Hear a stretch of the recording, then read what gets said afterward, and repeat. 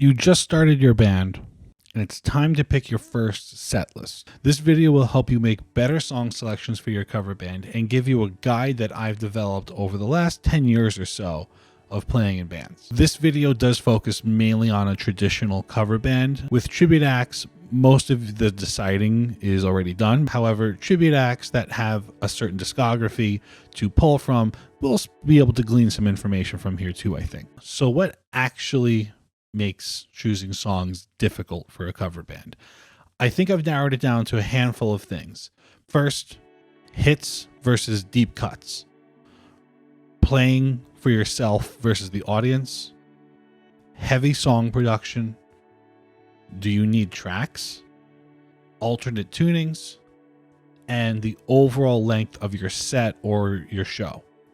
While this isn't a comprehensive list, I found these to be the most important things to consider. So let's look at each one, figure out why they could be problematic and what we could do to address them. So hits versus deep cuts. Now, I've lost count how many times I've heard a cover band play Don't Stop Believing, Sweet Child of Mine, Enter Sandman.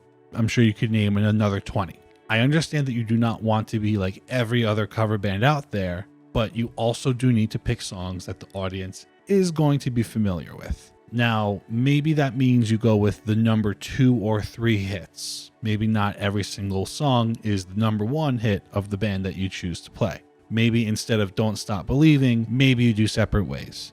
Instead of Sweet Child of Mine, you do Rocket Queen.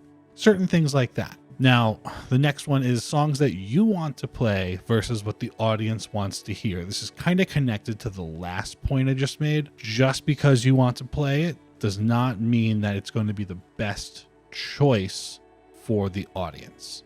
Now, if you're just having fun and playing for yourself, that's one thing.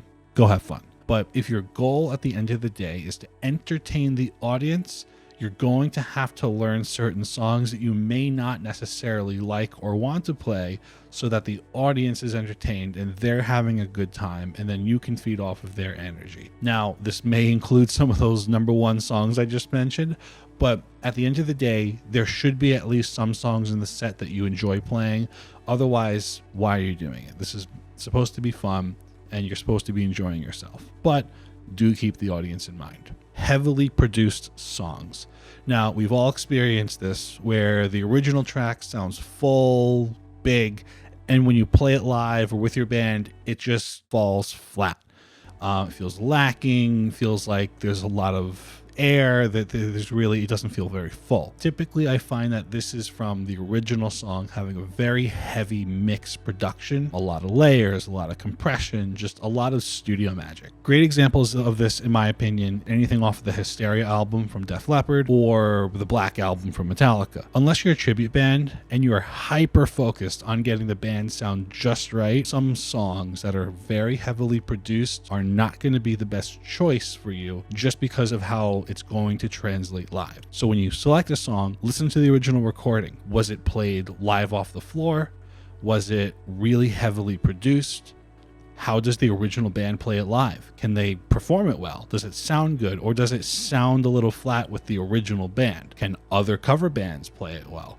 From what you've seen live to looking on YouTube for research, do other bands perform that song well, or does it sound kind of flat? It'll give you an idea of what that might look like for you, and depending on how that turns out, maybe it's a signal to try something else. So the next one is tracks, needing to play tracks. So this is a controversial topic, but it's a fact that they're used in the industry. Now, if you're at a level in a band where you are using tracks or you have the ability to use tracks, you need to decide for yourself where that line is drawn. Ultimately, you can go too far into something that I call live karaoke. So take a look at your band. Can you pull the song off without using tracks at all? Or can you arrange it in a way where you do not need to use tracks? How does that sound? Do you need the track to play anything iconic? If you do, maybe an alternate song would be better. If you can pull it off, awesome. All right, too many tunings. This one's pretty straightforward.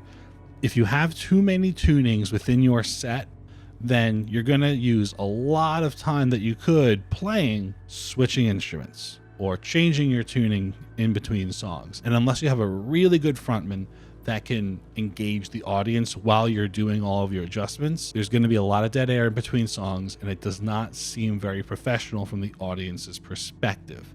So in my mind, try to stick to a maximum 2 or 3 tunings. Use a drop tune pedal to speed things up, or have one guitar that you can really quickly switch up. You want a fast changeover so you can keep the next song coming quickly. And this brings us to the last one, which is your overall set length.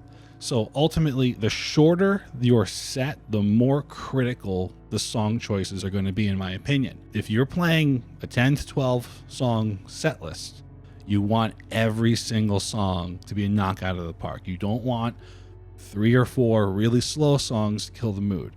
You really do want to keep that audience engagement going. You want to keep the energy high just because of how long you have. If you're playing a 2-hour show or a 3-hour show with a break in between, you might have the liberty to add in some slower songs here and there so that you have faster points in your set, slower points in your set, and you can really bring the audience on a journey at that point. But as I said, shorter the set, more important the song choice, keep the energy high. So let's recap all of this into an actionable checklist that you can use when you are vetting songs. 1. Does the song fit the style of your band or target audience? 2. Will the song be known by your audience? 3. Does the song add another tuning change? 4. Is the song heavily produced? If yes, does it matter? 5. Can you play the song with your existing band members? 6. Do you need tracks to play any key or iconic parts? 7. Can the original band or other cover bands play it well? 8. Can you place it into your set in a way that makes sense? 9. Will you enjoy playing it?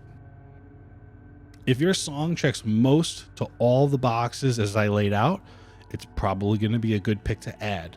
If not, consider dropping it for an alternative. Ultimately, you can play whatever songs you want to with your band. At the end of the day, playing music with others is supposed to be a fun experience, and there's no rules on what you are supposed to do. However, if your goal is to put on the best show possible, I do feel that this method can be a great tool for vetting future songs for your band.